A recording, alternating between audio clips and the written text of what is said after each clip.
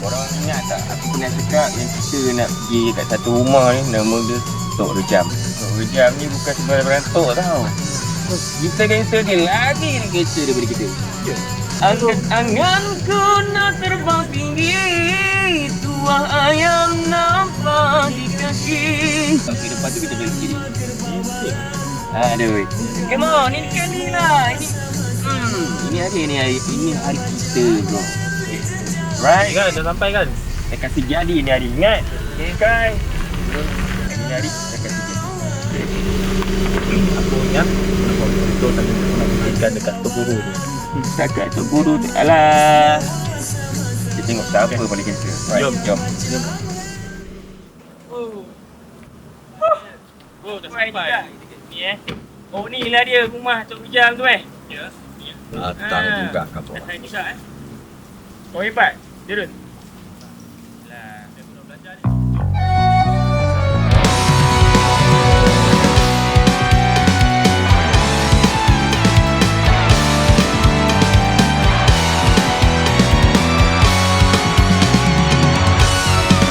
Ada mata untuk melihat, ada telinga untuk mendengar.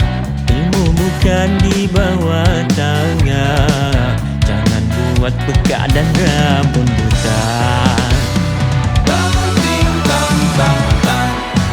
Panjat ke laut, jangan tengok bawah.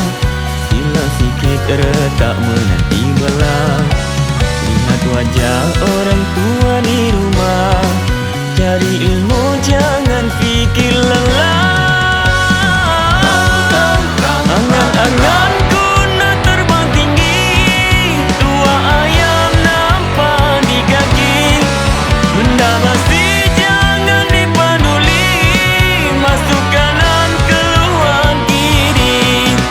Jangan ada sama kerbawalan, bukan manis mulut sama-sama. Biar macam ngalir jejak langit, biar luar biasa, bukan maruah tergadai.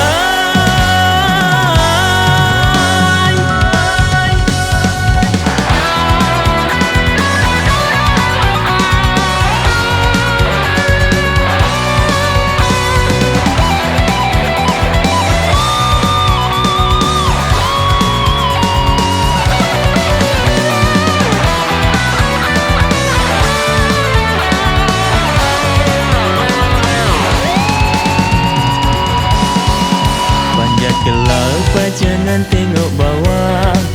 Silau sikit retak